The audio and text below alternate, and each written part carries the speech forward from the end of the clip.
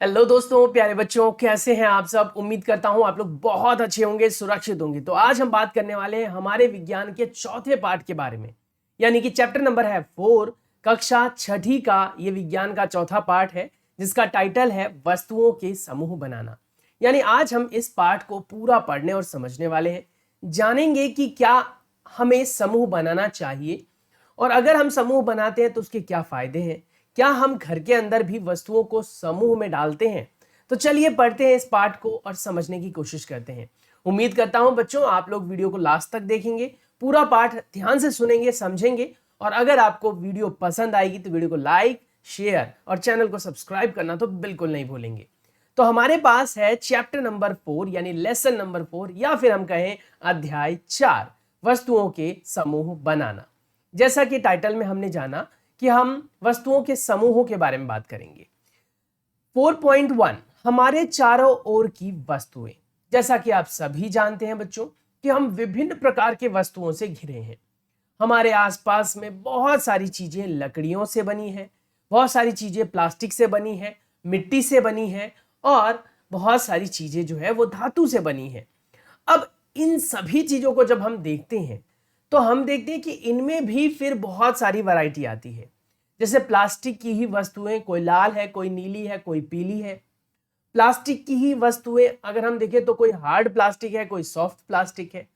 Plastic की ही वस्तुओं को हम खिलौने के तौर पर और किचन के बर्तन के तौर पर भी समझ सकते हैं, है ना। रसोई घर के बर्तन के तौर पर अलग अलग आते हैं ना, प्लास्टिक के बर्तन भी आते हैं। तो ऐसे ही हम एक ही प्रकार के वस्तु को कई समूहों में डाल सकते हैं, उसके गुणधर्म के आधार पर, यानी उसकी प्रॉपर्टी, उसकी विशेषता के आधार पर। तो चलिए पढ़ते हैं। हमने देखा है कि हमारे भोजन तथा वस्त्रों में बहुत अधिक विविधता है। बिल्कुल सही बात है। हमने पिछले 2-3 पाठों को जब पूरा पढ़ा, हमने अब तक 3 पाठ पूरे पढ़ लिए हैं बच्चों, तो उनमें हमने यही जाना कि वस्त्रों के अंदर विविधता है, जो कि हमने पाठ 3 में पढ़ा था, तंतु से वस्त्र तक के बारे में। उसमें हमने जाना था कि अलग अलग क्षेत्रों में अलग अलग प्रकार के वस्त्र धारण किए जाते हैं, पहने जाते हैं। उससे पहले हमने पाठ में जाना था कि कैसे अलग अलग क्षेत्रों में विशेष प्रकार के भोज्य पदार्थ उगाए जाते हैं और खाए जाते हैं। तो जैसे यहाँ पर कह रहा है कि हमारे आसपास में वस्त्रों में और भोज्य पदार्थों में विविधता होती है, तो उन विविधता के आधार पर हम वस्तुओं को जो है समूहीकृत कर सकते हैं। हर स्थान पर इसी प्रकार की विविधता वाली वस्तु अनेक वस्तु होती है, यानी कि इसी प्रकार की विविधता बहुत सारी जगहों पर आपको देखने के लिए मिलती है। हम अपने चारों ओर कुर्सियां, बैलगाड़ियां, साइकिलें, खाना पकाने के बर्तन, पुस्तकें, वस्त्र, खिलौने, जल, पत्थर तथा अन्य बहुत सी वस्तुएं देखते हैं। इन सभी वस्तुओं की आकृतियां यानी कि रंग और वर्ण, रंग मतलब कि कैसा है वो, मतलब जैसे लाल है कोई, कोई नीला है, कोई पीला है, तथा गुण भिन्न भिन्न होते हैं। यानी हमारे आसपास में जो विशेष प्रकार की वस्तुएं हैं जिनको हम आमूमन प्रयोग में लेते हैं, चाहे वो आपके किचन में है यानी कि रसोई घर में है, चाहे आपके वो डाइनिंग टेबल के ऊपर है बेटा, चाहे वो आपके खिलौने की सामग्री है। अपने चारों ओर देखिए तथा गोल आकृति की वस्तुओं को पहचानिए। हमारे आसपास में बहुत सारी गोल आकृति की वस्तुएं होती हैं बेटा। जैसे कि अगर मैं इस बल्ब की बात करूं, ये आगे से गोल आकृति का है, पूरी तरीके से गोल नहीं है पर हाँ गोल आकृति का है। उसके बाद अगर हम बात करें और गोल आकृति का है, और गोल आकृति जैसे कि बॉल, बॉल होता है, अभी फिलहाल मेरे पास नहीं है यहाँ पर आपने बॉल तो देखी है, वो भी गोल आकृति की होती है।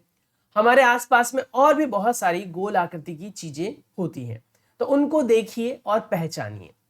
हमारी इस सूची में विभिन्न प्रकार की गेंद, जैसे रबड़ की गेंद, फुटबॉल, कंचे सम्मिलित हो सकते हैं। हम बेटा गोल आकृति वाली वस्तुओं के बारे में जब बात करेंगे तो आप अपने खिलौने में भी बहुत सारी चीजों को ढूंढ सकते हैं। यदि हम अपनी सूचियों में लगभग गोल वस्तुओं को भी सम्मिलित कर लें तो इसमें बेटा सेब, संतरे, घड़े जैसी वस्तुओं को भी रखा जा सकता है, और बल्ब को भी। यानी लगभग गोल, लगभग गोल किसे कहते हैं? जो पूरी तरीके से गोल नहीं है पर हां वो गोल जैसा कुछ एक तरफ से देखने में लगता है, तो उसे हम कहते हैं लगभग गोल।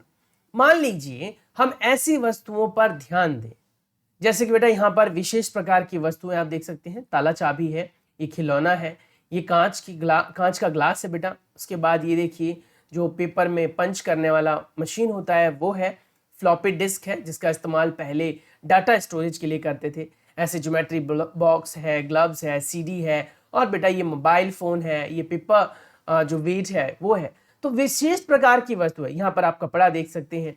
तो विशेष प्रकार की वस्तुएं जो है वो हम अपने आसपास में देखते हैं। तो वही कह रहे हैं क्या कि अगर हम ऐसी वस्तुओं पर ध्यान दें जिन्हें खाया जा सकता है, तब हम इस सूची में उन सभी मंदों को सम्मिलित कर सकते हैं। जैसे उन सभी वस्तुओं को हम सम्मिलित कर सकते हैं जिन्हें खाया जा सकता है, जैसे कि सेब, संतरा, है ना, या फिर आप मौसमी कह सकते हो। ये सब गोल भी है और खाने योग्य भी है, जिन्हें हमने अध्याय 1 की सारणियों में जो 1.1 था, 1.2, 1.3 उनमें सूचीबद्ध किया था। हम वहां से बेटा बंद गोभी ले सकते हैं, गोल होता है, सलजम ले सकते हैं जिसे आप सलगम कहते हैं, और भी बहुत सारी चीजें हैं जो गोल होती हैं जिनका प्रयोग हम करते हैं। जैसे आप बेटा कद्दू ले सकते हैं। तो ये खाने वाली वस्तुएं होती हैं। यह भी हो सकता है कि जिन गोल वस्तुओं की सूची हमने अभी बनाई है उनमें से कुछ वस्तुएं इस समूह में भी सम्मिलित हो। बिल्कुल सही बात है। मान लीजिए हम प्लास्टिक की बनी हुई वस्तुओं का एक समूह बनाना चाहते हैं जो प्लास्टिक से बना हो। बेटा प्लास्टिक की चीजें आसपास में बहुत सारी है, और इतना ज्यादा प्लास्टिक का प्रयोग करने की वजह से ही बेटा जल प्रदूषण हो रहा है। बहुत सारे जो जलीय जीव है बेटा वो मारे जा रहे हैं। क्यों मारे जा रहे हैं? क्योंकि जल प्रवाह रुक जाता है, जल में ऑक्सीजन की मात्रा घट जाती है प्लास्टिक के प्रयोग से। तो इसीलिए आप लोगों को कहा जाता है कि भैया प्लास्टिक के प्रयोग से बचें, कम से कम प्लास्टिक का प्रयोग करें। अब इसमें कह रहा है प्लास्टिक की वस्तुएं आप आसपास में कौन सी देखते हो? सबसे पहले तो आपका पेन। आपका जो ये पेन होता है बेटा ये भी प्लास्टिक से ही बना होता है, ये प्लास्टिक है। प्लास्टिक भी कई तरीके के होते हैं, सॉफ्ट होता है, हार्ड होता है। तो फिलहाल आप प्लास्टिक की बात करें तो प्लास्टिक के आपके बल्ब होते हैं, बल्ब की जो कवरिंग है बेटा वो भी प्लास्टिक से बना हुआ है। आपने मोबाइल यूज किया, मोबाइल में अभी वीडियो देख रहे होंगे, लैपटॉप में देख रहे होंगे, इसमें भी ज्यादातर पार्ट प्लास्टिक से बना हुआ है। तो वही कह रहा है कि प्लास्टिक का प्रयोग हम दिन भर में बहुत सारी जगहों पर देखते हैं। बाल्टियां, लंच बॉक्स, खिलौने, ज्योमेट्री बॉक्स, जल पात्र जिसमें पानी भरा जाता है, पाइप, नलियां जो होती है बेटा, ये सभी बेटा हमारे आसपास में मिलने वाली प्लास्टिक की वस्तुएं हैं। अतः वस्तुओं को जब हम समूह में बनाते हैं तो उसमें हम उसकी विशेषता के आधार पर डालते हैं। उपर्युक्त उदाहरण में हमने वस्तुओं को समूहों में उनकी आकृतियों के आधार पर, पदार्थ के आधार पर और वर्ण के आधार पर बांटा। हमारे चारों ओर की वस्तु एक अथवा एक से अधिक पदार्थों से बनी होती है। ये पदार्थ कांच, धातुएं, प्लास्टिक, लकड़ी, रुई, कागज, पंख तथा मृदा से हो सकते हैं, जिसके बारे में मैंने चैप्टर के स्टार्टिंग में ही आप लोगों को बोला था कि भैया हमारे आसपास में हम बहुत सारी वैरायटी की चीजें देखते हैं, और इन सभी का नाम मैंने लिया था। क्या आप पदार्थों के और अधिक उदाहरण के विषय में विचार कर सकते हैं? हाँ, बिल्कुल कर सकते हैं। अब जैसे कि कुछ ऐसे होते हैं जो गलने सड़ने वाले पदार्थ होते हैं, कुछ ऐसे होते हैं जो नहीं गलते सड़ते हैं, उनका वर्गीकरण भी कर सकते हैं। गलने सड़ने वाले को अलग डाल देंगे और जो नहीं गलते उनको अलग डाल देंगे। खिलौने के आधार पर कर सकते हैं, रसोई घर में उपयोग होने वाली वस्तुओं के आधार पर कर सकते हैं, पढ़ाई वाली चीजों के आधार पर कर सकते हैं। जैसे कि मैंने आपसे बोला कि भैया मेरे घर में बहुत सारा सामान इकट्ठा हो गया है, मुझे कबाड़ी वाले को देना है। तो मैं क्या करूंगा, कबाड़ी वाले को देने से पहले उसकी छटनी करूंगा कि भैया मेरे काम का कौन सा रह गया है, कौन सा नहीं रहा है। क्योंकि देखो समूह में बनाने से ये फायदे हो जाते हैं। अभी हमने पढ़ा ना कि हमें समूह में बनाने से किसी भी प्रकार की वस्तु को क्या फायदा है, यानी कि किसी भी प्रकार की वस्तुओं को अगर हम समूह में डाल देते तो क्या फायदा है। सबसे पहली चीज कि उसके बारे में जान पाना बहुत आसान हो जाता है। तो वही कह रहेगा कि अगर आप देना चाहोगे, सामान बेचना चाहोगे, तो उससे पहले जैसे मैंने आपको बोला, अच्छा बच्चों ऐसा कर लो, मैं सामान जो है लाइब्रेरी का सामान देना चाहता हूं, आप इनमें से क्या करो, जो किताबें हैं ना उनको अलग कर दो, बाकी को अलग कर दो। तो आप किताबों के आधार पर वर्गीकरण कर लेंगे। मैंने कहा अच्छा ठीक है, आपके घर में जो वस्तु है पढ़ने वाली, उसमें आप ये देख लो कि आपका पेन कोई खाली तो नहीं रह गया। जो खाली नहीं रहा है उसको आप फेंक दो, जो खाली रह गया है, सॉरी जो खाली नहीं रहा उसको आप रख लो। मैंने क्या बोल दिया, मतलब उल्टा बोल दिया मैंने तो जो खाली रह गया है उसको आपको क्या करना है, खाली रह गया उसको आप फेंक देंगे, और जो नहीं रहा है थोड़ा बहुत बच गया है इंक उसके अंदर, उसको रख लोगे। तो ऐसे भी समूहीकृत कर सकते हो। तो कई तरीके हैं। चलिए अब हम बात करते हैं हमारे क्रियाकलाप 1 के बारे में, क्या कहना चाह रहा है इसमें। देखो बच्चों, हम क्रियाकलाप को कभी भी इग्नोर नहीं कर सकते हैं, क्योंकि क्रियाकलाप से आपको पता लग जाता है कि जो विषय आपको बताने की कोशिश की जा रही है उस विषय का उदाहरण क्या है, और उदाहरण से हमें किसी भी चीज को समझने में बड़ी ही आसानी होती है। तो उम्मीद करता हूं कि आप लोग जो है ना क्रियाकलाप जरूर पढ़ें। अगर आप टॉपिक टाइटल छोड़ भी देते हो तो क्रियाकलाप से ही आप बहुत कुछ सीख सकते हो। आइए अब हम अपने चारों ओर से जितनी संभव हो सके उतनी वस्तुओं को एकत्रित करें जो आपके घर में स्कूल में है बेटा, उनको एकत्रित करेंगे। अब इसका मतलब ये नहीं कि किचन के डब्बे डुब्बे ले आओ, मसाले मुसाले ले आओ और मम्मी से पिटने लग जाओ, ऐसा नहीं करना है, ठीक है। उन सामग्रियों को आप इकट्ठा कर लें जो टूटने फूटने वाली नहीं है, जो आपके लिए हार्मफुल नहीं है, ठीक है, क्योंकि अगर टूटे फूटेगी तो पिटोगे साथ में। तो इसीलिए जैसे कांच की वस्तुएं, तो ऐसी कांच की वस्तुओं को आप इकट्ठा कर लें जिनका उपयोग आपके घर में बहुत कम होता है या फिर जो उपयोग लायक ही नहीं बचे हैं। उसके बाद उन सामग्रियों को इकट्ठा करें जिनको इकट्ठा करने में आपको खतरा कम है। हम में से प्रत्येक अपने घर से प्रतिदिन उपयोग होने वाली एक वस्तु ला सकता है तथा कुछ वस्तुएं कक्षा के कमरे से अथवा विद्यालय के बाहर से एकत्रित कर सकता है। हमारे इस संग्रह में हमारे पास क्या क्या हो सकता है, जैसे आपके बेटा स्कूल से चौक मिल सकता है, आपकी ज्योमेट्री बॉक्स में पेंसिल होगा, नोटबुक जिसका आप प्रयोग करते हैं, रबर, डस्टर, हथौड़ा, कील, साबुन, पहिए का आरा, या फिर और भी बहुत सारी चीजें। बैट, बल्ला जिसे बोलते हैं, बेल्ट भी हो सकता है बेटा, माचिस की डिब्बी, नमक, आलू इत्यादि। मतलब जो जिसको हाथ लगता है वो लेकर आएगा। हम वस्तुओं की एक ऐसी सूची भी बना सकते हैं जिनके बारे में हम केवल सोच ही सकते हैं, कक्षा के कमरे में ला नहीं सकते। उदाहरण के लिए आप दीवार, वृक्ष, दरवाजे, ट्रैक्टर और सड़कें ये भी आप डाल सकते हो, क्योंकि ये वो चीजें हैं बेटा जिनको आप अपने विद्यालय में अपनी कक्षा के अंदर नहीं ले जा सकते। वो आपने देखे हैं, वो आप प्रयोग में भी ले चुके हो, लेकिन उसको कक्षा में नहीं ले जा सकते। तो उनका भी समूह बन सकता है कि भैया ऐसे वस्तुओं का आप समूह बनाइए जो वस्तुएं जो है आप कक्षा में नहीं ला सकते हैं, ठीक है। जैसे मिसाइल भी आप कहते हो कक्षा में कहां से मिसाइल चला जाएगा, है ना। एनाकोंडा सांप, हाथी कक्षा में कहां से घुसेगा। तो इसीलिए ऐसे वस्तुओं का, ऐसे जो जीव है उनका भी समूह आप बना सकते हैं। खतरनाक जानवर का समूह, ठीक है, कीड़ों का समूह, टिड्डों का समूह। तो समूह बनाना बहुत जरूरी है। समूह के बारे में अभी सिर्फ हम इतना ही पढ़ रहे हैं कि समूह बनाना किस लिए उपयोगी है, जिससे हम उसकी स्टडी कर सकें। समूह कैसे बनाया जाता है, किन आधारों पर हम समूह को बना सकते हैं, इसके बारे में अगली कक्षाओं में और भी व्यापक जानकारी मिलेगी आपको। तो उम्मीद करता हूं कि ये पाठ आप बिल्कुल भी स्किप ना करें, ठीक है। बहुत थोड़े से क्वेश्चन पूछे जाते हैं इसमें से आपके एग्जाम में, लेकिन इसका मतलब ये नहीं कि आप इसको पढ़ेंगे नहीं। इस संग्रह में उन सभी वस्तुओं को पृथक कीजिए जो कागज अथवा लकड़ी से बने हैं, तो आप उनको अलग कर लेंगे। इस प्रकार आप सभी वस्तुओं को 2 समूह में बांट सकते हैं। इनमें एक समूह की सभी वस्तुएं कागज अथवा लकड़ी से बनी होंगी और दूसरे समूह में ऐसे पदार्थ होंगे जो इनसे नहीं बनी होगी।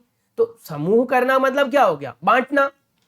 इसी प्रकार हम खाना पकाने के उपयोग में आने वाली वस्तुओं को भी पृथक कर सकते हैं जो खाना बनाने के लिए उपयोग में आती है। आइए अब हम कुछ अधिक योजनाबद्ध होते हैं। एकत्र की गई सभी वस्तुओं को सारणी 4.1 में सूची बनाकर लिखिए। प्रत्येक वस्तु जिन जिन पदार्थों से बनी है उनको पहचानने का प्रयास कीजिए। इनकी लंबी यानी इतनी लंबी सारणी बनाना जिसमें जितनी वस्तु संभव हो सके सभी के बारे में सूचना एकत्रित की जा सके। कौतुक हो सकता है, यानी कि बहुत लंबी सारणी बनाना हमारे लिए डिफिकल्ट भी हो सकता है, पर ज्यादा से ज्यादा बनाइए। अब इसने क्या किया, जैसे इसने बोला कि भाई वस्तुओं में प्लेट बोल दिया। अब प्लेट किन किन चीजों से बनी होती है, प्लेट इस्पात से बन सकती है, कांच से बन सकती है, प्लास्टिक से बन सकती है, और किससे बन सकती है, बिल्कुल मिट्टी से बन सकती है। पेन प्लास्टिक से बन सकता है, धातु से बन सकता है, लकड़ी से भी बन सकता है बेटा पेन। तो यहां पर आप लकड़ी भी लिख लेंगे, ठीक है। तो यहां आप लिखेंगे लकड़ी। इस तरीके से आप और भी वस्तुओं को यहां डाल सकते हैं। जैसे आपका मन कर रहा है मैं जो है बल्ब लिखूं, बल्ब। तो अब जो बल्ब होता है वो किससे बना होता है? तो बल्ब लकड़ी से तो बनता नहीं है, बल्ब में बेटा प्लास्टिक का इस्तेमाल होता है। ठीक है, तो यहां पर आप प्लास्टिक लिख लेंगे ऐसे करके। उसके बाद बल्ब में बेटा धातु इस्तेमाल होता है, तो वो भी आप लिख लेंगे। आसपास में जितनी भी वस्तुएं आपको दिखती हैं उनको आप यहां डाल सकते हैं। आप अपना ज्योमेट्री बॉक्स ले सकते हैं। यहां पर आपने लिखा वस्तु में ज्योमेट्री बॉक्स, ज्योमेट्री बॉक्स लिखा तो बेटा वो प्लास्टिक से बनता है, वो धातु से बनता है, लकड़ी से भी ज्योमेट्री बॉक्स बनाया जाता है। जैसे कि आप राजस्थान इत्यादि जगहों पर जाएंगे तो वहां पर आप देखोगे वहां पर इस तरह की वस्तुएं आपको अमूमन मिल जाती है। उसके बाद अगर आप बात करते हैं मोबाइल के बारे में, ठीक है, मोबाइल प्लास्टिक से, धातु से, है ना, कांच से, इन सब के प्रयोग से बनता है।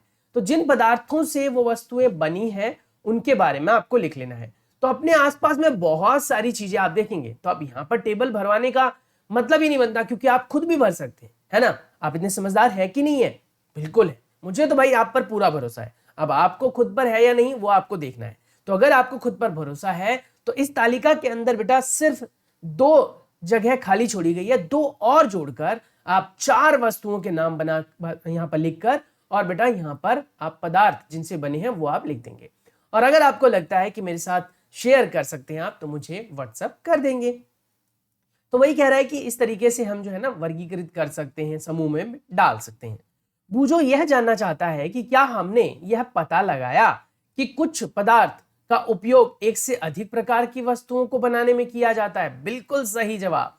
जैसे कि बेटा अगर आप नोटिस कीजिए यहां पर प्लास्टिक से बना है ना। अगर हम बात करें, प्लेट प्लास्टिक से बनी है, पेन भी प्लास्टिक से, ज्योमेट्री बॉक्स भी प्लास्टिक से, ठीक है, बल्ब भी प्लास्टिक से। यानी हम एक से ज्यादा वस्तुओं को एक ही प्रकार के पदार्थ से बना सकते हैं। तो वही बूझो के दिमाग में घंटी बजती है कि क्या आप लोगों ने नोटिस किया? भाई क्या किया कि हम एक ही पदार्थ से बहुत सारी चीजें बना सकते हैं। अब प्लास्टिक के उपयोग को तो हम नकार नहीं सकते। अब आप खुद ही अपने आसपास में देखो, ऐसी कौन सी चीज है जो प्लास्टिक से नहीं बनती है? ठीक है, प्लास्टिक की आप दीवार नहीं देखते हो, पर आप ये नहीं कह सकते हो कि प्लास्टिक की दीवार हो नहीं सकती है। क्योंकि जो रिमोट एरिया होते हैं बेटा, टेंट वगैरह जहां बनाए जाते हैं, जैसे कि आप अमरनाथ वगैरह की बात कर लें, वहां पर बेटा पक्का मकान नहीं बना सकते, तो वहां पर प्लास्टिक के दरवाजे लगाकर बनाए जाते हैं। घर जो बनाए जाते हैं, प्लास्टिक के दरवाजे होते हैं, प्लास्टिक की दीवारें होती हैं, टेम्परेरी हाउस बोलते हैं उनको। अब ऐसे ही प्लास्टिक का उपयोग बेटा आपके बल्ब में हो रहा था, पेन में हो रहा था, प्लास्टिक के कर्टेन्स भी बनते हैं। प्लास्टिक का प्रयोग जो है वो आप गाड़ियों में देख सकते हो, ट्रक, बाइक इत्यादि में देख सकते हो। प्लास्टिक का प्रयोग बेटा अपने आसपास में आप बहुत सारी जगहों पर देखते हो। आप जो ओएस, कुरकुरे और बहुत सारी चीजें, पैकेट वाली चीजें खाते हो, वो भी कहां पर पैक होती है? प्लास्टिक के अंदर ही पैक होती है। तो वही कहना चाह रहा है कि एक से ज्यादा पदार्थों का आप कह सकते हो बनना, या एक से ज्यादा वस्तुओं का बनना जो है वो एक ही पदार्थ से हो सकता है।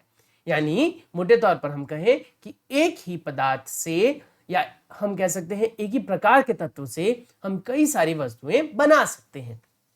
क्रियाकलाप है अब हमारे पास 2। सारणी 4.2 में कुछ सामान्य पदार्थ की सूची दी गई है जो नीचे है बेटा। इसके अतिरिक्त अपनी जानकारी के और अधिक पदार्थ जो है वो आपको सारणी के कॉलम 1 में जोड़कर बनाना है, भरना है। अब आप प्रयास करके अपनी जानकारी की दैनिक उपयोग में आने वाली उन वस्तुओं के बारे में विचार कीजिए जो मुख्यतः इन्हीं पदार्थों से बनी है, और उन्हें कॉलम 2 में सूचीबद्ध कीजिए। अब कह रहे हैं क्या कि इन सारणी या इन सभी सारणियों से हमें क्या पता चलता है? पहले हमने वस्तुओं को कई ढंग से समूह में रखा। इसके पश्चात हमने यह पाया कि हमारे आसपास की वस्तुएं विभिन्न पदार्थों से बनी है। कई बार तो कोई, अब आगे पढ़ेंगे इसके बारे में, फिलहाल ये तालिका एक बार देख लेते हैं। सारणी 4.2 समान पदार्थ से बनी विभिन्न प्रकार की वस्तुएं। जैसे कह रहा है कि लकड़ी, लकड़ी से आप क्या क्या बना सकते हो? कागज, कुर्सी, हल, बैलगाड़ी और बैलगाड़ी के पहिए, उसके बाद ज्योमेट्री बॉक्स, खिलौने, और भी आप यहां पर जोड़ सकते हो। खिलौने डाल सकते हैं ना। और लकड़ी से क्या बनते हैं बेटा? लकड़ी की टाइलें बनती हैं, लकड़ी के बेटा पॉट बनाए जाते हैं, लकड़ी के सजावटी सामान बनाए जाते हैं, वो सब आप यहां पर लिख सकते हो। जो अपने आसपास में आप लकड़ी का बना हुआ देखते हो। कागज, कागज से क्या क्या चीजें बनती है? पुस्तकें, नोटबुक, समाचार पत्र, खिलौने, कैलेंडर और ग्रीटिंग कार्ड, है ना, ये सब भी तो बनते हैं। तो इस तरीके से बेटा अलग अलग प्रकार के जो सामग्रियां हैं उनको बनाने के लिए सेम प्रकार के पदार्थ का प्रयोग किया जा सकता है और किया जाता भी है। चमड़ा, चमड़े से क्या बनते बेटा? चमड़े से आपके जो है वो बैग बनते हैं, तो आप यहाँ पर बैग लिख लेंगे, ठीक है। मैं अभी फिलहाल लिख रहा हूं, पर मैं अभी ओरली बता दूंगा, वो आप भर लेना, ठीक है। अपनी तरफ से कोशिश करें इसको भरने की, क्योंकि अगर आप चीजों को पहचान पा रहे हैं तो चीजों को समूह में बना पाएंगे, रख पाएंगे। अगर आप पहचान ही नहीं पा रहे हो तो समूहों में रखना तो भैया मुश्किल है। तो इसीलिए मैं आप लोगों से रिक्वेस्ट करूंगा कि आप लोग चीजों को या कॉलम को या सारणी को खुद से पहचान कर भरने की कोशिश करें। चमड़े से बेटा बैग बनता है, चमड़े से और क्या बनता है? बेल्ट बनती है ना। तो बेटा आप यहां पर लिख लेंगे बेल्ट, चमड़े से बेल्ट बनती है, ठीक है। उसके बाद बेटा और भी बहुत सारी चीजें हैं जो चमड़े से बनाई जाती है, जैसे चमड़े के जूते होते हैं बेटा, तो चमड़े के आप जूते लिख सकते हो यहाँ पर। तो इसी प्रकार से आप बहुत सारी चीजें जो है वो लिख सकते हैं। तो आप यहाँ पर डाल लेंगे बेल्ट, जूते, है ना, बैग, पर्स, हाथ वाले जो हैंड पर्स होते हैं वो, या फिर पॉकेट वाले पर्स, पाउचेस, ज्योमेट्री बॉक्स, ये भी बन सकते हैं। तो ये सब आप जो है इसके प्रयोग से बना सकते हैं। और भी बहुत सारी चीजें बनती हैं आसपास में, देखिए आपके घर में कौन सी चीज चमड़े से बनी है, उनको यहाँ पर आप लिख सकते हैं। प्लास्टिक के बारे में तो क्या कहना, हर चीज प्लास्टिक से है। बल्ब प्लास्टिक से, रिंग लाइट प्लास्टिक से, कैमरे प्लास्टिक से, है ना, मोबाइल प्लास्टिक से, पेन प्लास्टिक से। उसके बाद बेटा आपके दरवाजे प्लास्टिक के आते हैं, प्लास्टिक के आते हैं, टॉयलेट वाले दरवाजे यूजुअली प्लास्टिक के होते हैं। ये सब आप यहाँ पर लिख सकते हो जो मैंने बोला है, ठीक है। रुई, रुई से बेटा कपड़े बनते हैं, और कपड़े से तो विभिन्न प्रकार के कपड़े होते हैं। अब रुई से क्या बनता है बेटा? रुई से गद्दे बनते हैं, रुई से तकिए बनते हैं, रुई से कपड़े बनाए जाते हैं, है ना, रुई से कर्टन बनते हैं। तो विभिन्न प्रकार की चीजें जो हैं वो बनाई जा सकती हैं। अब आपसे कहता है धातु, यहां पर बोल देगा भैया एक जगह छोड़ दी ना इसने, तो आप यहां लिख देंगे धातु। धातु से क्या बनता है? तो धातु से क्या क्या बनता है? तो आप जैसे बता देंगे मोबाइल का स्टैंड, धातु से क्या बनता है, और गाड़ियां, धातु से क्या बनता है बेटा? हथौड़े। तो ये आप यहां पर लिख सकते हो। धातु मतलब क्या हो गया? जैसे लोहा, सोना, चांदी, इन सब के बारे में लिख सकते हो। धातु के बेटा वो भी बनते हैं, ज्वेलरी, है ना। धातु के बेटा ज्योमेट्री बॉक्स बनता है, आपके लोहे के ज्योमेट्री बॉक्स आते हैं ना। तो इस तरीके से आप वर्गीकृत करके टेबल बना सकते हो। वस्तु एक ही पदार्थ से बनी होती है, तो ऐसा भी हो सकता है कि एक ही वस्तु कई पदार्थ से बनी हो सकती है। बिल्कुल सही बात है। अभी हमने देखा कि कई वस्तुएं सेम पदार्थ से बनी थी ऊपर की तालिका में, यही जाना हमने। लेकिन ऐसा भी हो सकता है कि एक ही वस्तु को बनाने के लिए कई सारी चीजों का प्रयोग हो। अब कैसे भूल जाएं या कैसे हम इग्नोर कर दें बेटा पेन को? क्या आपको लगता है कि पेन में सिर्फ प्लास्टिक का उपयोग हुआ है? ना, अगर आप देखें तो पेन की जो टिप होती है बेटा आगे से, ये वाली, ये धातु की बनी होती है। पेन का जो इंक होता है वो किसी अन्य पदार्थ का बना होता है। पेन का जो बाहर का कवरिंग होता है वो प्लास्टिक का बना होता है। वहीं पर अगर बेटा आप ग्रिप वाले पेन की बात करते हैं, जहां पर पकड़ वाला होता है ये, तो वहां पर रबड़ लगा होता है। तो आपको क्या लगता है कि एक पदार्थ को बनाने के लिए, एक वस्तु को बनाने के लिए क्या सिर्फ एक ही प्रकार के पदार्थ की जरूरत है? नहीं, उसमें कई पदार्थ भी हो सकते हैं, यानी उसको बनाने के लिए कई पदार्थों का प्रयोग भी किया जा सकता है। वही यहां पर कह रहा है कि अभी हमने देखा कि एक पदार्थ से कई सारी चीजें बन सकती है, लेकिन यह भी साथ के साथ समझ लीजिए कि कई सारी चीजों से मिलकर भी आप एक वस्तु को बना सकते हैं, या कई सारे पदार्थों को मिलाकर एक वस्तु का निर्माण भी करते हैं। और फिर एक ही पदार्थ के उपयोग से कई वस्तु बनाई जा सकती है। यह कैसे निश्चित किया जाता है कि किसी दी गई वस्तु को बनाने के लिए कौन सा पदार्थ उपयोग किया जाना चाहिए? ऐसा लगता है कि अभी हमें विभिन्न पदार्थों के बारे में अधिक जानकारी प्राप्त करने की आवश्यकता है, यानी अभी हमें जानने की आवश्यकता है पदार्थ के गुण के बारे में, यानी पदार्थ कितने प्रकार के होते हैं, उनके कौन कौन से गुण होते हैं, उन गुणों के आधार पर हम कैसे पदार्थों को वर्गीकृत करते हैं, उन गुणों के आधार पर कैसे हम उनका उपयोग करते हैं। आखिर ऐसा क्यों होता है कि कीले लकड़ी की नहीं बनती हैं, लोहे की ही बनती हैं? ऐसा क्यों होता है कि जो आपके कढ़ाई वगैरह होते हैं, या फिर बेटा जो आपने तवे देखे होंगे घर में चपाती बनाने के लिए मम्मी इस्तेमाल करती है, तवे जिस पर सेकती है रोटी को, उसका जो हैंडल होता है वो लकड़ी का या फिर कुछ प्लास्टिक जैसे धातु का बना होता है। उसका धातु मतलब प्लास्टिक जैसा कुछ धातु नहीं होता, मतलब प्लास्टिक जैसा कुछ सामान होता है, उसके जैसा कुछ बना होता है, प्लास्टिक धातु थोड़ी है। तो इस तरीके से वर्गीकृत किया जाता है। अब सवाल उठता है कि पदार्थों के गुण कौन कौन से होते हैं। तो 4.2 पदार्थों के गुण।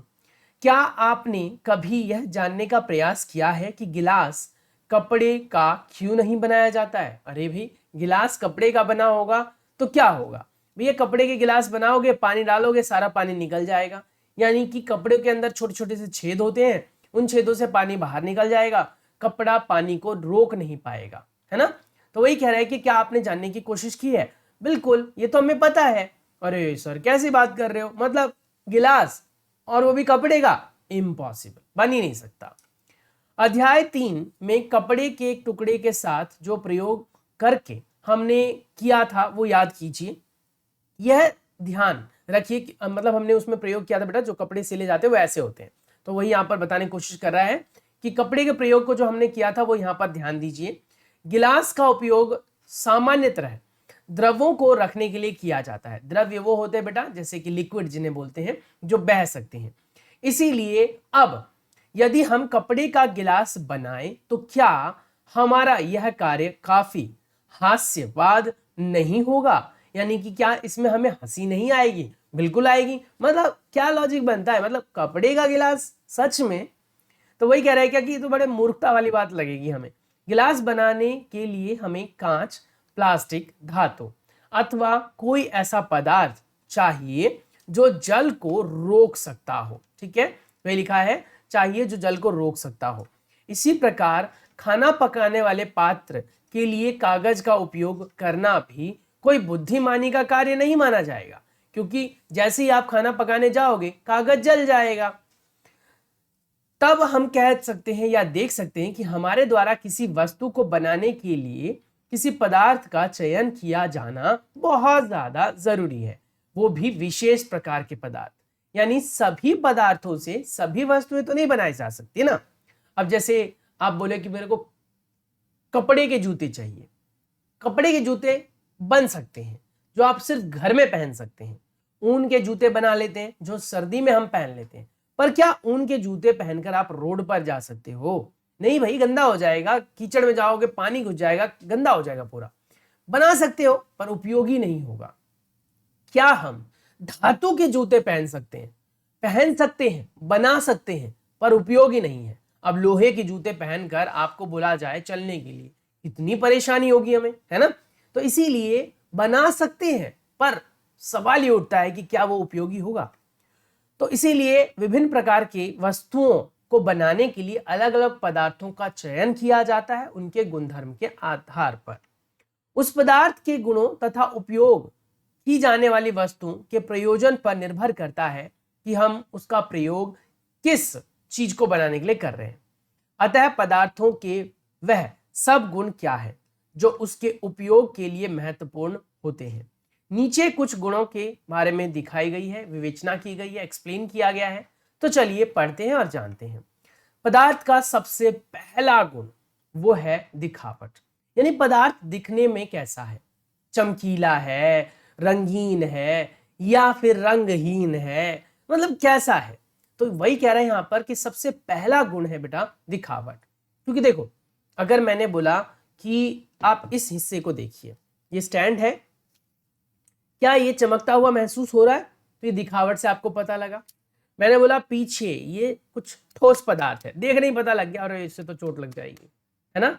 तो मैं कहना चाह रहा हूं कि कुल मिलाकर बात यह है कि किसी के भी गुणधर्म में जो सबसे पहली चीज आप ढूंढते हो, उसमें महसूस करते हो, उसके बारे में जानना चाहते हो, वो है बेटा उसकी दिखावट। जब तक आप उसको देखोगे नहीं तब तक आप उसके गुणधर्म के बारे में बात नहीं करोगे, और किसी के गुणधर्म के बारे में बात करने से पहले उसको देखना जरूरी है। तो इसलिए सबसे पहले दिखावट आ जाती है कि वो दिखने में कैसा है।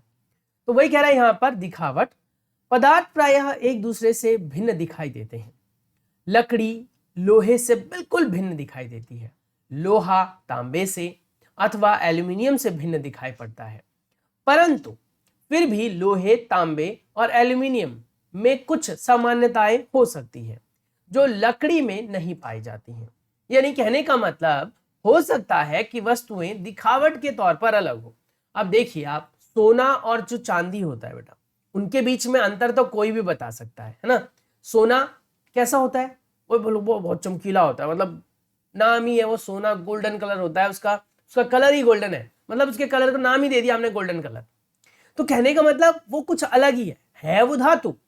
चांदी, वो देखते ही पता लग जाता है अच्छा ये चांदी है, उसका कलर अलग है, तो दिखावट अलग है, लेकिन ये सब अपने आप में धातु है। तो अब हम बात करेंगे क्रियाकलाप संख्या 3 के बारे में। विभिन्न पदार्थ जैसे गत्ता, लकड़ी, तांबे का तार, एल्यूमिनियम की शीट और चौक के छोटे छोटे टुकड़े एकत्र कीजिए। यानी आपको ये काम करना, ये छोटे छोटे से टुकड़े आपको क्या करने हैं बेटा, एकत्रित करने हैं। क्या इनमें से कोई चमकीली दिखाई पड़ती है? यानी सबसे पहले आप उन वस्तुओं को अलग कर लीजिए जो चमकीली है, जो चमचमाती है, चमकती है। चमकीले पदार्थों को एक समूह में पृथक कर लीजिए। जैसा कि मैंने आपको बताया, अभी मेरे पास मैंने जो आपको दिखाया था बेटा मोबाइल होल्डर, तो ये जो अभी आपके पास है ये भी चमक रहा है, तो ये देखते पता अच्छा ये तो धातु से बना है, चमक रहा है। अब जैसे ही आपके शिक्षक प्रत्येक पदार्थों को 2 भागों में काटे, ताजे कटे पृष्ठों को ध्यान से देखिए। आपने क्या पाया कि क्या इन पदार्थों में से कुछ के ताजे कटे पृष्ठ चमकीले हैं? इन वस्तुओं को भी चमकीले पदार्थों के समूह में सम्मिलित कर लीजिए। यानी अगर आपको लगता है कि बाहर से वो चमकीले नहीं है लेकिन अंदर से काट कर वो चमकीले हैं, तो भी वो चमकीले पदार्थों में समूहीकृत किए जाएंगे। सवाल उठता है कि सर ऐसा क्यों हुआ? क्योंकि बेटा कई बार क्या होता है, वातावरण में ना विभिन्न प्रकार की गैस और जो हवा में नमी होती है बेटा, उसकी वजह से धातु की चीजें जो है वो अपना रंग खो देती हैं, या फिर उनके ऊपर एक दूसरी परत चढ़ जाती है जिसकी वजह से उनमें चमक नहीं रहती है। जैसे आप कूलर की बात कर लीजिए, कूलर जब आप खरीद कर लाते हो बेटा बहुत चमचमाता हुआ होता है, उसको फिर आप पेंट कर देते हो, उसमें फिर जंग लगने लग जाता है, उसकी चमक खत्म हो जाती है। यानी कहने का मतलब ये हो गया कि आप उस वस्तु को काट कर अंदर से जब देखोगे तो आपको चमकीला महसूस होगा। क्या आप अन्य पदार्थों में इसी प्रकार की कोई चमक अथवा द्युति देख सकते हैं या देखते हैं? क्या अन्य पदार्थों में भी ऐसा होता है? जैसे भी संभव हो सके किसी भी ढंग से इन्हें काटिए। ऐसा आप कक्षा में जितने भी पदार्थों के साथ कर सकते हैं कीजिए। जैसे यहां पर देखिए, धातु के टुकड़े को उसकी द्युति से देखने के लिए काटना, यानी कि हम इसे काट रहे हैं चमकीलेपन को देखने के लिए। ये धातु है, इसको काटा है हमने। अब सभी चीजें इतने आसानी से नहीं कट जाती है ना, तो ये कह रहे हैं क्या कि अब द्युतिवान द्युतिहीन पदार्थों की सूची बनाइए। द्युतिवान और द्युतिहीन का मतलब क्या हो गया? जो चमकीली है। द्युतिवान का मतलब क्या हो गया? जो चमकीली है। जो चमकीली नहीं है उनका आपको समूह बनाना है। काटने के स्थान पर आप पदार्थों के पृष्ठ को रेगमार से रगड़कर छील कर भी चेक कर सकते हैं कि वो द्युतिवान है या नहीं है। तो द्युतिवान कौन से पदार्थ होते बेटा? जिन्हें हम चमकीला कहते हैं, ल्यूमिनस कहा जाता है उन्हें। क्या कहते हैं? ल्यूमिनस या शाइनी कह सकते हैं। तो आप शाइनी कहें, इंग्लिश में वर्ड क्या यूज करेंगे? शाइनी।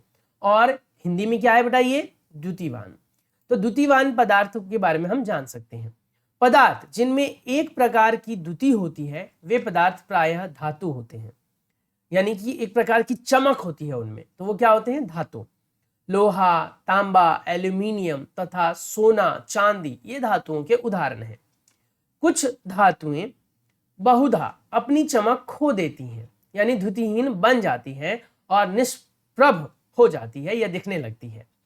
ऐसा उन पर वायु तथा नमी की अभिक्रिया के कारण होता है। जैसा कि मैंने थोड़ी देर पहले आपको बताया कि जब धातुओं को खुला छोड़ते हैं तो वायु में उपस्थित विभिन्न प्रकार के गैस और बेटा नमी से अभिक्रिया करके अपने ऊपर एक परत चढ़ा लेती हैं, जिनसे उनकी जो चमक होती है वो ढक जाती है।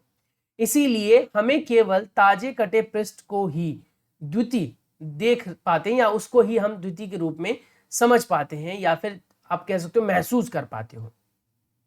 जब आप किसी लोहार अथवा वर्कशॉप का भ्रमण करें तो धातु की छड़ों के ताजे कटे पृष्ठ को देखने का प्रयास कीजिए और चेक कीजिए कि उनमें द्युति है अथवा नहीं। तो पहली यहां पर हो गई दिखावट के तौर पर, दिखावट के तौर पर हमने जाना बेटा किसके बारे में, चमक के बारे में। तो कह रहा है क्या कि कई वस्तुएं होती हैं जो चमकीली होती हैं, चमचमाती हैं। तो जो वस्तुएं चमचमाती है उनको हम अलग समूहीकृत कर सकते हैं, और चमचमाती वस्तुओं में हमने धातु को डाला। हालांकि हमने यहाँ पर जाना कि धातुएं जो है वो चमचमाती हैं, पर कभी कभी अभिक्रिया की वजह से उनकी चमक खो जाती है या फिर उसके ऊपर परत आ जाती है। तो हमें क्या करना होता है, उसको रेगमार्क से घिस कर या काट कर हम चेक कर सकते हैं कि उसके अंदर वो चमक है या नहीं है। अब हम बात करेंगे अगले गुणधर्म के बारे में, कठोरता के बारे में। चीजें कठोर है या नहीं है, यानी हम बात करने वाले हैं कठोरता के बारे में। जब आप विभिन्न पदार्थों को या जितने भी आपने पदार्थ हाथ में उठाए बेटा, उनको उठाते हैं और उसको दबाने का प्रयत्न करते हैं, तो जो पदार्थ दब जाते हैं वो कठोर नहीं है, जो पदार्थ दबते नहीं वो कठोर है। तो उनमें से कुछ को दबाइए, यानी संपीड़ित कीजिए। संपीड़ित करना मतलब उसको कंप्रेस करना। इंग्लिश में कंप्रेस वर्ड आता है बेटा, हिंदी में कहते हैं संपीड़ित करना। तो जब आप उसके ऊपर दबाव लगाएंगे तो दबाव के कारण अगर वो वस्तु दब रही है, सिकुड़ रही है, तो समझ लीजिए कि कठोरता कम है। और वहीं पर बिल्कुल भी नहीं दब रही है तो उसके अंदर कठोरता बहुत है। अब जैसे मैं इस फोन को लूं और इसको बेटा इधर से ऐसे दबाने की कोशिश करूं मैं, तो ये नहीं दब रहा है, तो कहने का मतलब ये कठोर है। समझ में आ रहा है? ऐसे ही बेटा अगर मैं बात करता हूं बॉल की, रबड़ की बॉल को, तो उसको मैं दबाऊंगा तो दब जाती है, तो उतना कठोर नहीं है। तो वही है कठोरता, यानी जो दबेगा नहीं वो कठोर है। तो जब भी कभी कुछ अन्य आसानी से संपीड़ित वस्तुओं की बात आप करते हैं तो समझ लीजिए उसकी कठोरता कम है। धातु की एक चाबी लीजिए, इसमें लकड़ी, एल्यूमिनियम, पत्थर का टुकड़ा, कील, मोमबत्ती, चौक, अन्य पदार्थ या वस्तु के पृष्ठों को खरोचने का प्रयास कीजिए। यानी इसकी मदद से आप ऐसा कीजिए कि भैया आप धातु की ना चाबी लीजिए, जो चाबी आपके घर में प्रयोग होती है बेटा, साइकिल की चाबी हो सकती है बेटा, या फिर आपके घर की चाबी हो सकती है, किसी भी ताले की चाबी ले लीजिए। अब कह रहे हैं क्या कि लीजिए तथा इससे लकड़ी को खरोचिए, एल्यूमिनियम को खरोचिए, पत्थर का टुकड़ा खरोचिए, कील को खरोचिए, मोमबत्ती को, चौक को, सभी को। ठीक है, अब आप देखिए कि किससे आप खरोच पा रहे हैं, यानी किसको खरोच पा रहे हैं। आप कुछ पदार्थों को आसानी से खरोच सकते हैं, जबकि कुछ पदार्थ आसानी से नहीं खरोचे जा सकते।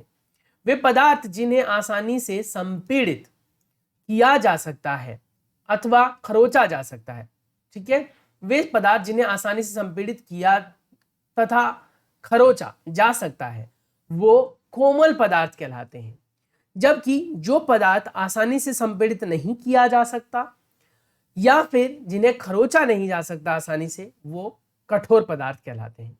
उदाहरण के लिए रुई अथवा स्पंज कोमल है, लकड़ी कठोर है। तो दिखावट में पदार्थ में विभिन्न गुण हो सकते हैं, यानी दिखावट के तौर पर अगर हम देखें तो पदार्थ के विभिन्न गुण हो सकते हैं। जैसे वो द्युतिवान हो सकता है, कठोर हो सकता है, खुरदरा हो सकता है, चिकना हो सकता है। क्या आप अन्य गुणों के बारे में सोच सकते हैं? हाँ, चिपचिपा हो सकता है, देखने में चिपचिपा भी आप देखकर अंदाजा लगा लेते हो, अरे ये तो चिपचिपा है, गिलगिला है। तो जो पदार्थ आपको दिखते हैं उनके आधार पर आप वर्णन कर सकते हैं, उनके गुणधर्मों को लिख सकते हैं। तो ये थी हमारे पास एक अलग प्रकार की प्रॉपर्टी यानी विशेषता।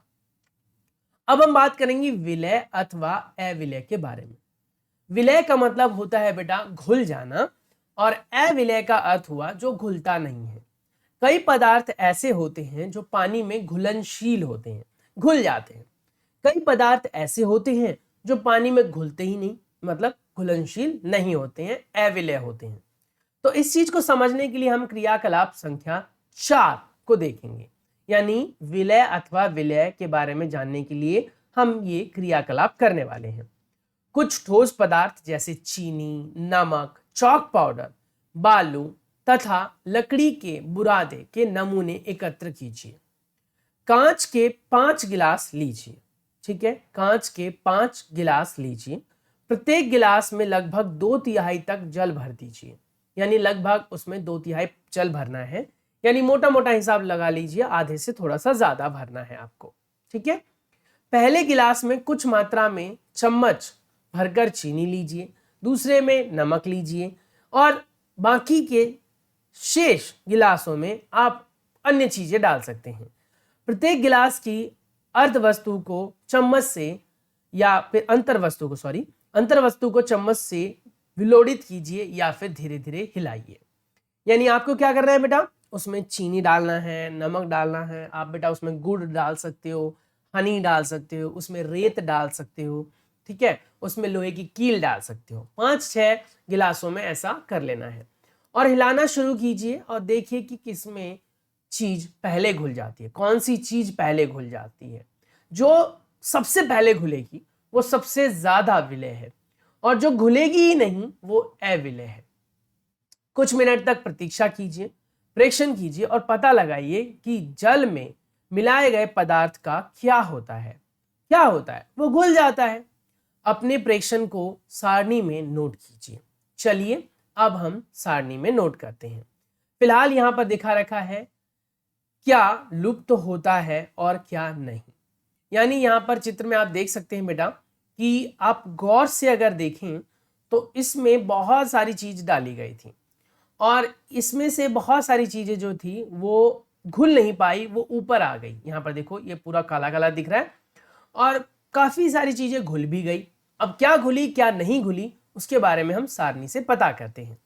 सारणी 4.3 विभिन्न ठोस पदार्थों को जल में मिश्रित करना। अब इसमें हमने किया नमक को। क्या नमक घुल गया? हाँ, जल में पूरी तरीके से घुल गया, लुप्त हो गया। चीनी क्या जल में घुल गया? बिल्कुल बेटा, चीनी भी घुल जाएगा और पूरी तरीके से लुप्त हो जाएगा। बालू जल में पूरी तरीके से नहीं घुलेगा, अघुलनशील हो जाएगा और लुप्त भी नहीं होगा। चौक का पाउडर ये भी जल में नहीं घुलेगा और लुप्त नहीं होगा। लकड़ी का बुरादा ये भी जल में नहीं घुलेगा और लुप्त नहीं होगा। तो अब कहने का मतलब ये हो गया कि बहुत सारी चीजें जो है वो पानी में घुल जाती हैं, पर कई सारी चीजें ऐसी भी है जो पानी में नहीं घुलती हैं। आप यह पाएंगे कि कुछ पदार्थ जल में पूरी तरीके से लुप्त हो गए, अर्थात घुल गए, विलयन हो गए, यानी कि विलीन हो गए, मिश्रित हो गए, मिक्स हो गए। हम यह कहते हैं कि या यह कह सकते हैं कि उन पदार्थों को हम जल में घोल पाए हैं। यानी पदार्थ जल में विलय है, जल में घुलनशील है। इसका नाम एक और है बेटा जिसे आप कहते हैं घुलनशील। तो जो पदार्थ बेटा जल में घुलनशील होंगे वो पूरी तरीके से मिक्स हो जाएंगे, आप उन्हें आसानी से अलग नहीं कर पाओगे, नहीं देख पाओगे।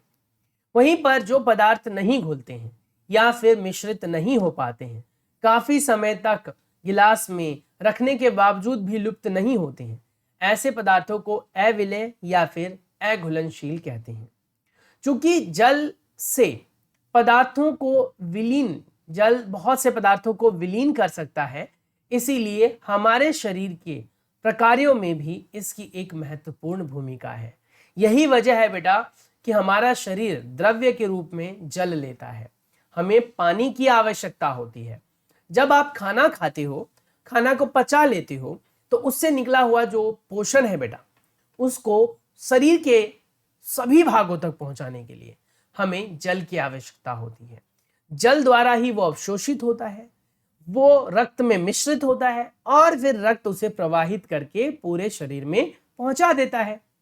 तो ये अगर आपसे कोई पूछ ले कि भैया पानी ही क्यों, तो आप कहेंगे पानी जो है वो लगभग बहुत सारी चीजों को अपने अंदर घोल लेता है और इसी वजह से वो आसानी से एक जगह से दूसरी जगह तक इन सभी चीजों को ले जा सकता है।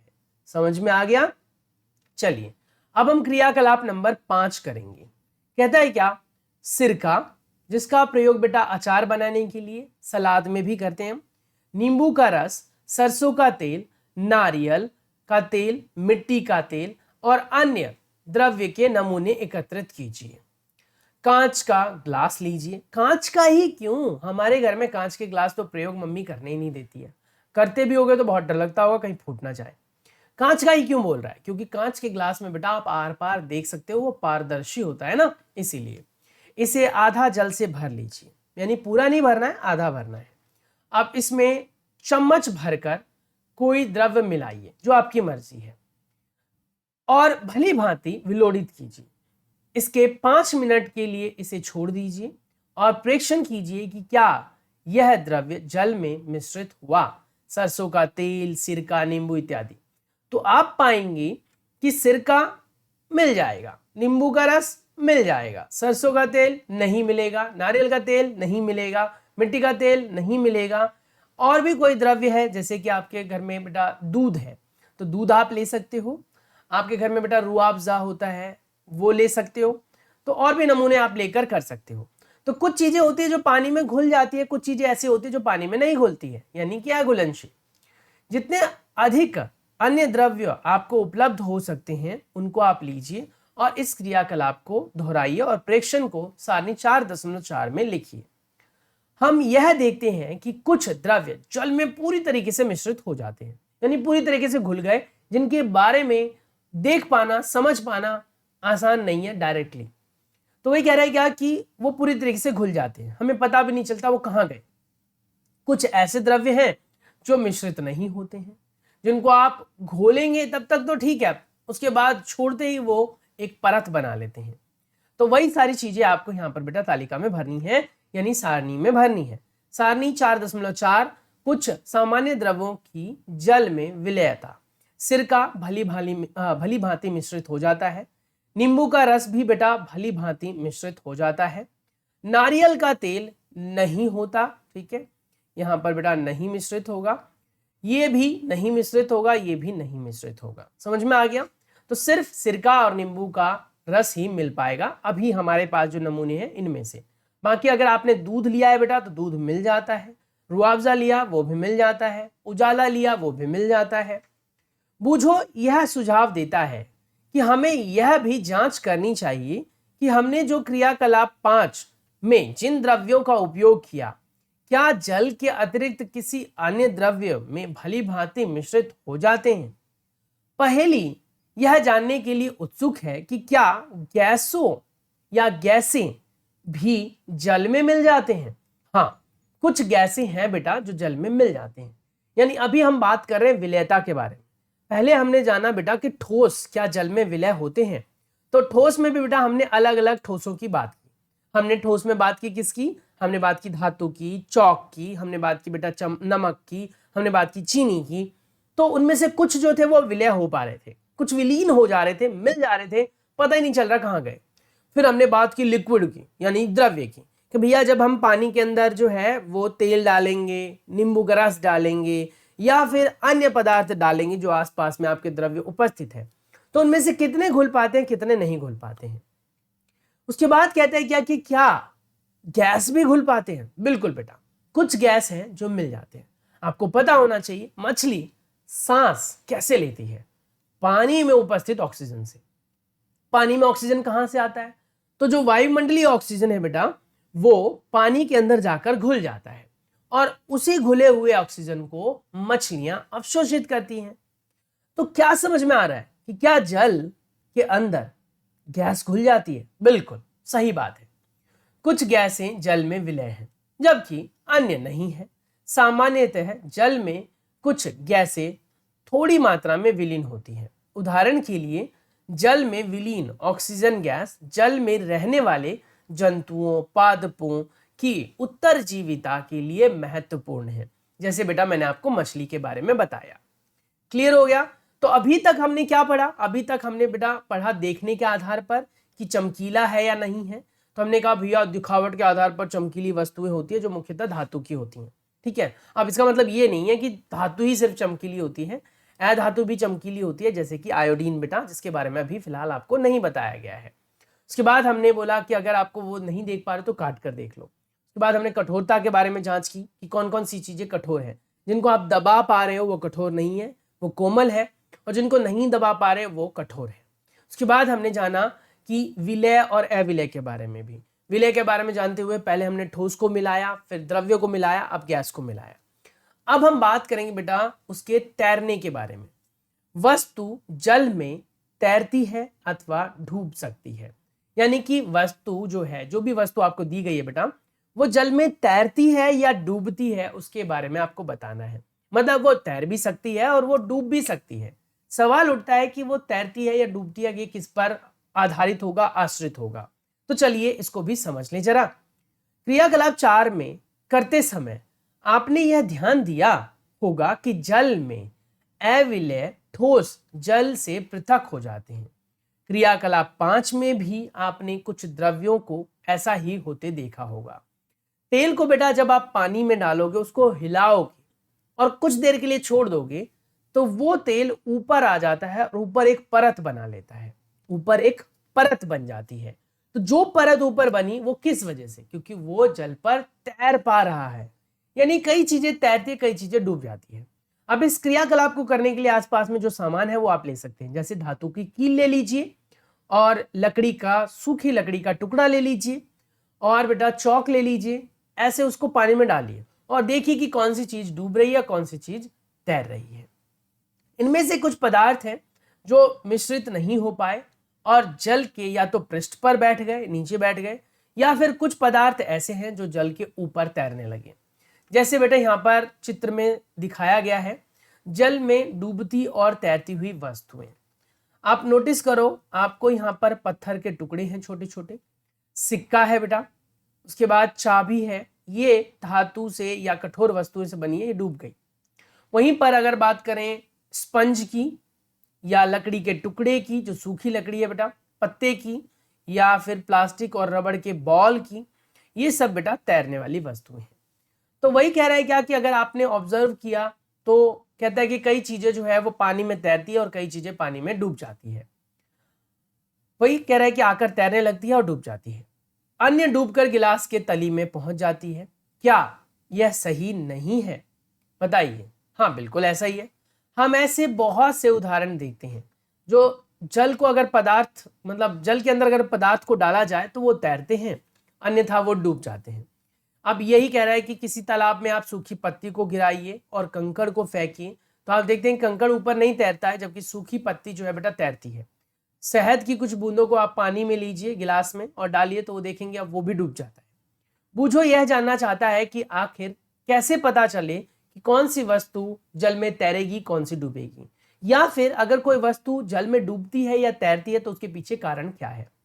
आप मोटी मोटी बात समझ लीजिए बेटा कि जल में वही वस्तु डूबेगी जिन वस्तुओं का बेटा आप कह सकते हो घनत्व ज्यादा होगा, वो वस्तुएं पानी से भारी होंगी, और जो वस्तुएं पानी से हल्की होंगी या फिर जिनका घनत्व कम होगा, वो वस्तुएं कभी भी पानी में नहीं डूबेगी, तैरती रहेंगी। इसीलिए आप लोगों ने देखा होगा जो नाव होते हैं उसमें ट्यूब्स रखे जाते हैं, टायर के जो ट्यूब्स होते हैं उनमें हवा भर के रखी जाती है, क्योंकि बेटा हवा पानी में नहीं डूबती है। तो ट्यूब में जब हवा भरी होती है तो अगर कोई डूब रहा होता है तो उसको फेंक कर दे देते हैं और उसमें वो लटक जाता है और वो डूबने से बच जाता है। ऐसे बेटा लाइफ जैकेट्स आते हैं, आपने देखा होगा, जिनको स्विमिंग नहीं आती है और वो पानी में इंजॉय करना चाहते हैं। जैसे आप बेटा कभी घूमने गए हो ऐसी जगह पर, देखा हो आपने, तो वो एक जैकेट देते हैं जिन्हें हम कहते हैं, बताओ, लाइफ जैकेट। वो जैकेट आपको मदद करते हैं तैरने में, फ्लोट करने में। यानी कि अगर वो नहीं पहनोगे तो आप डूब सकते हो बेटा, क्योंकि उनके अंदर हवा भरी हुई होती है। तो वही यहां पर बोल रहा है। अब ये सारी चीजें हमने समझ ली कि जो पानी से भारी होता है वो डूब जाता है, जो पानी से हल्का होता है वो तैरता रहता है। अब हम बात करेंगे बेटा पारदर्शिता के बारे में। पारदर्शिता किसी भी वस्तु की वह गुण होती है या वो गुण होती है जिसके आधार पर हम उस वस्तु के आर पार देख सकते हैं। ठीक है, तो कई वस्तुएं आसपास में आप देखोगे पारदर्शी होती है, कई नहीं होती है। जैसे कि कई प्लास्टिक के जो डिब्बे आते हैं, जार आते हैं, जैसे पानी की बोतल बेटा जो आप ट्रेन वगैरह में खरीदते हैं, तो उसके आर पार आप देख सकते हो, क्योंकि वो पारदर्शी प्रयोग किया जाता है। अंदर पानी कैसा है, सामान कैसा है, उसको जांचने के लिए ऐसा किया जाता है। आपने दुकान पर गए हो तो दुकान पर भी बेटा जो शीशे के जार रखे होते हैं, प्लास्टिक के डब्बे होते हैं, वो भी पारदर्शी होते हैं, जिससे कि उसमें पड़ा हुआ सामान आप बाहर से ही देख सको, हर बार डब्बों को खोलना ना पड़े। अचार को भी बेटा हम ऐसे ही किसी पारदर्शी कांच के जार में रखते हैं। तो पारदर्शी क्या होता है? यानी जिनके आर पार हम देख सकते हैं। आपने लुका छिपी का खेल तो खेला ही होगा। उन स्थानों के बारे में विचार कीजिए जहां आप खेलते समय छिपना चाहेंगे। बिल्कुल, कहां छिपना चाहोगे? बेड के नीचे, दरवाजे के पीछे, पर्दे के पीछे, ये सब वो जगह होती है बेटा जहां पर हम छुपते हैं। या फिर अगर आप ग्राउंड में खेल रहे हो तो झाड़ियों के पीछे, पेड़ के पीछे, टॉयलेट रूम में जाकर इन जगहों पर हम छिपते हैं। क्यों? क्योंकि इन जगहों में पारदर्शिता नहीं होती है। तो ये कह रहा है कि ताकि आपको कोई देख ना सके, ऐसी जगहों पर आप जाकर छुपते हैं। आपने इन स्थानों को ही क्यों चुना? आपके दिमाग में आएगा, अरे सर ये क्या पूछ रहे हो आप? इसलिए क्योंकि हमें कोई देख नहीं सकता। अब सवाल उठता है कि क्यों नहीं देख सकता? क्योंकि बेटा वो चीजें पारदर्शी नहीं है। क्या आपने कभी शीशे की खिड़की के पीछे छिपने का प्रयास किया है? अरे भाई कौन मूर्खता करेगा ऐसी, फट से धप्पा हो जाओगे। स्पष्ट रूप से नहीं, क्योंकि ऐसा करने पर आपके मित्र आपको शीशे के पीछे देख लेंगे और आपका पता चल जाएगा, मतलब धप्पा हो जाएगा। यानी कुल मिलाकर बात यह है कि हम ऐसी मूर्खता तो बिल्कुल नहीं करेंगे कि कोई हमें देखे। तो हम उन चीजों के पीछे, उन स्थानों के पीछे छिपते हैं बेटा जिन स्थानों की पारदर्शिता नहीं होती है। तो उन पदार्थों और सामग्रियों जिनसे होकर पदार्थ में से, या कह सकते हो वस्तुओं में से देखा जा सकता है या प्रकाश गुजर सकता है, उन्हें पारदर्शी कहते हैं।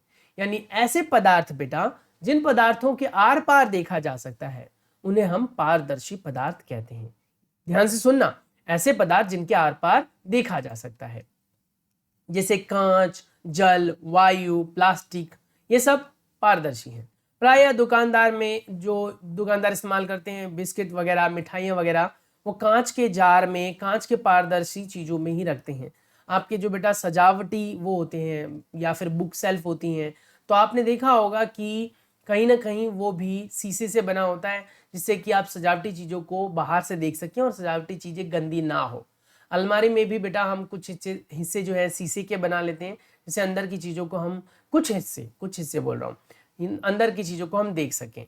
ठीक है। या फिर आप जो आपके अगर स्कूल में लाइब्रेरी है बेटा, तो उसमें भी आपने देखा होगा किताबों को रखने के लिए जो ड्रॉर्स बनाए जाते हैं, वो भी शीशे के उसमें दरवाजे या खिड़कियां लगाई जाती हैं, जिससे आप देख सकें। तो वही कह रहेगा कि आप 3 अलग अलग चीज़ें लीजिए और उसमें देखिए। जैसे कि ये देखिए बेटा, ये बिल्कुल भी पारदर्शी नहीं है, ये कुछ पारदर्शी है, यानी कि थोड़ी बहुत रोशनी इसके आर पार जा रही है। ये पूरी तरीके से पारदर्शी है। तो यहाँ पर 3 प्रकार की चीज़ें लेकर ऐसा देख रखा है यहाँ पर, और एक ऐसा कर रखा है। इसके विपरीत कुछ ऐसी भी चीज़ें हैं जिनमें से हम नहीं देख सकते हैं, उन्हें हम अपारदर्शी कहते हैं। यानी कि अगर आपसे कोई पूछे कि इन तीनों चित्रों में से कौन सा पारदर्शी है, तो बेटा ये वाला पारदर्शी हो गया। ठीक है, इसके आर पार आप देख पा रहे हो, इसका चेहरा दिख रहा है ना आपको। वहीं पर इसका चेहरा दिख रहा है धुंधला धुंधला सा, इसे कहते हैं बेटा पारभाषी। क्या कहते हैं? पारभाषी। ठीक है। और वहीं पर इसके पार आप बिल्कुल नहीं देख सकते हैं, इसे क्या कहेंगे बेटा आप? अपारदर्शी। समझ में आ गया? तो कहीं ना कहीं आपके पास 3 प्रकार की वस्तुएं होती हैं जिनके अंदर से प्रकाश गुजर भी सकती है, कम मात्रा में गुजर सकती है, या फिर बिल्कुल नहीं गुजर सकती है। जिनमें से प्रकाश पूरी तरीके से गुजर जाए उसे हम कहते हैं पारदर्शी।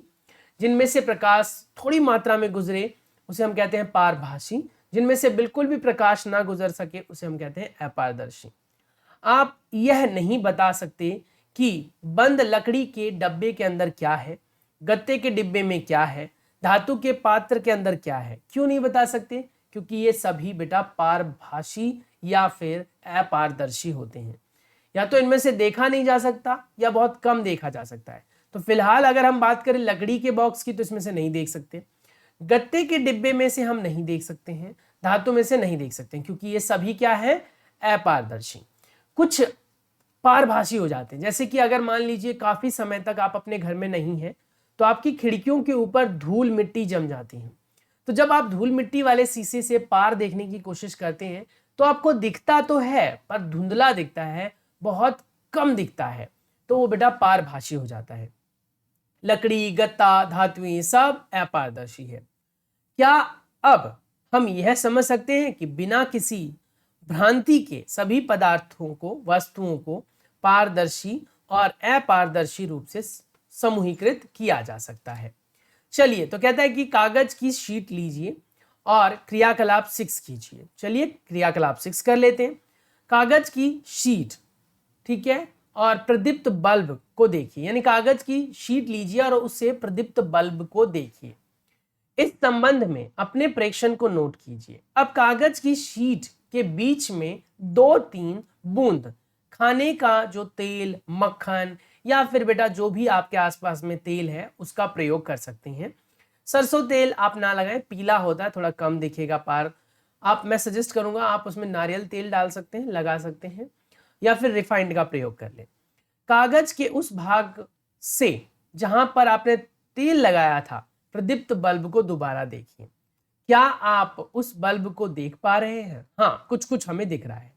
तो इस केस में आपको वो पूरी तरीके से नहीं दिखेगा, ठीक है, लेकिन हाँ दिखेगा। तो कहने का मतलब ये हो गया कि जिसमें से आप देख सकते हो पर अच्छे तरीके से नहीं देख सकते हो, उसे हम कहते हैं बेटा पारभाषी। तो वही चीज मैं आपको बता चुका हूं, ऊपर के चित्र में भी मैंने आपको समझा दिया, जो बूझो वाला चित्र था, कि पारभाषी क्या होता है। यानी पारभाषी ऐसे पदार्थों को कहते हैं बेटा जिसके आर पार आप देख सकते हैं पर कुछ हद तक धुंधला सा, ठीक है। अब हमने यही कह रहा है कि टॉर्च ऑन टॉर्च ऑफ करके ये क्रियाकलाप आप कर सकते हैं। तो हमने अब तक क्या सीखा? हमने यह सीख लिया कि पदार्थ अपनी भिन्न भिन्न दिखावट के आधार पर वर्गीकृत किए जाते हैं। इनके जल में या फिर अन्य द्रव्य में मिश्रित होने के ढंग के बारे में हमने जाना। वो तैरते हैं या डूबते हैं उनके बारे में जाना। वो पारदर्शी है, अपारदर्शी या पारभाषी है, वो हमने जाना। वो कठोर है, वो कोमल है, वो हमने जाना। वो संपीड़ित हो सकते हैं या नहीं हो सकते हैं, वो भी हमने जाना। तो इस प्रकार से बेटा हम अलग अलग गुणधर्मों के आधार पर पदार्थों को वर्गीकृत कर सकते हैं। हमें पदार्थों को समूह में रखने की आवश्यकता क्यों पड़ती है, सवाल उठता है। ये प्रश्न बेटा आपसे पेपर में पूछा जाता है, बहुत ही महत्वपूर्ण है। दैनिक जीवन में हम प्रायः पदार्थों का समूहन अपनी सुविधा के लिए करते हैं। घर में हम अपनी वस्तुओं का भंडारण सामान्यतः इस प्रकार करते हैं कि एक जैसी वस्तुओं को एक साथ रखी जाए। इस प्रकार की व्यवस्था द्वारा हम आसानी से उनका पता लगा सकते हैं, उनको प्रयोग में ले सकते हैं। वही कह रहा है, इसी प्रकार से कोई पंसारी सभी जो वस्तुएं हैं जैसे बिस्किट या फिर टॉफियां, उनको बेटा दुकान के एक कोने में रखता है और सभी साबुनों को अन्य स्थान पर रखता है, अनाज दालों को अन्य स्थानों पर रखता है। कभी आप दवाई स्टोर पर जाएंगे बेटा तो उसमें आप देखोगे तेल इत्यादि उन्होंने अलग रख रखा होता है। उन्होंने बेटा जो पाउडर है इत्यादि अलग रख रखा है, दवाइयाँ अलग, बच्चों की दवाइयाँ अलग, उन्होंने व्यवस्थित कर रखा है। जिससे कोई बच्चों की दवाई लेने जाए तो पूरे के अंदर झाड़ना ना पड़े, अभी पूरे दुकान में छानना पड़ रहा है कहाँ रख दिया कहाँ रख दिया।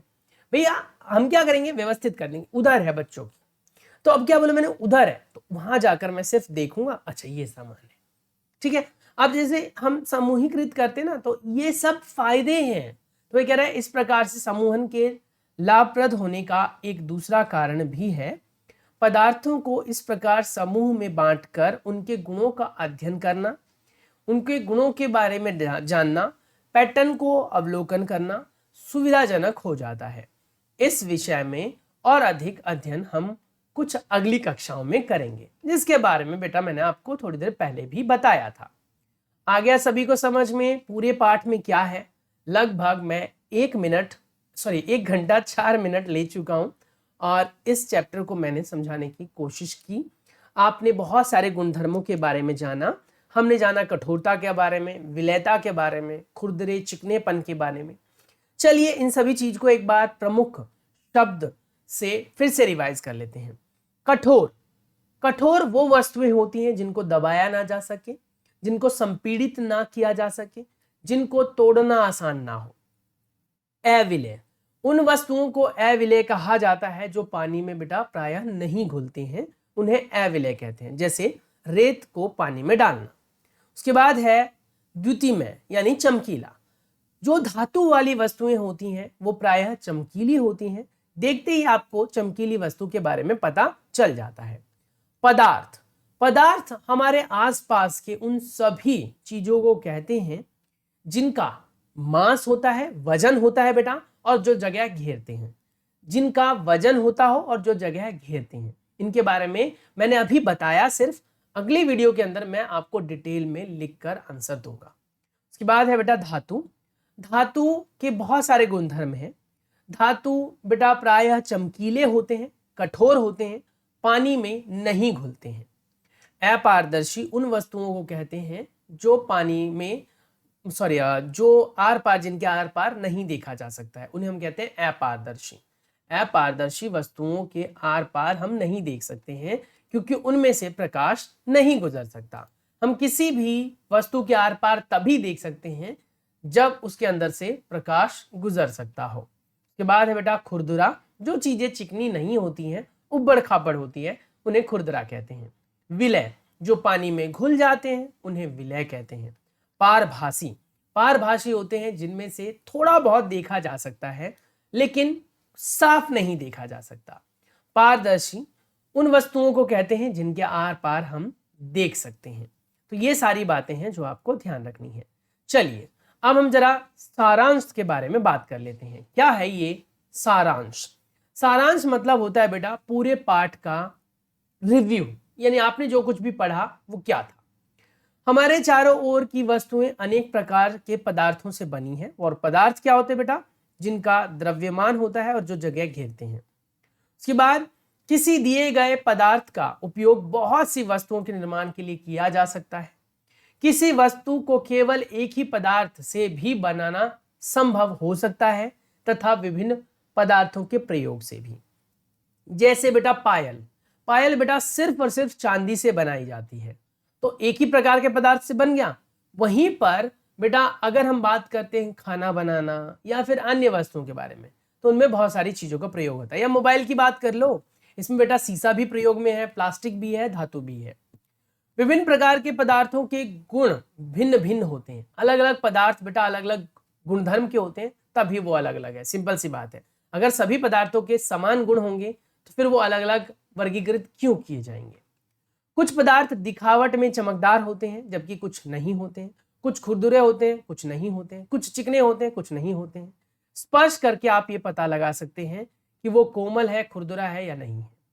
कुछ पदार्थ जल में घुल जाते हैं और जबकि कुछ नहीं घुलते।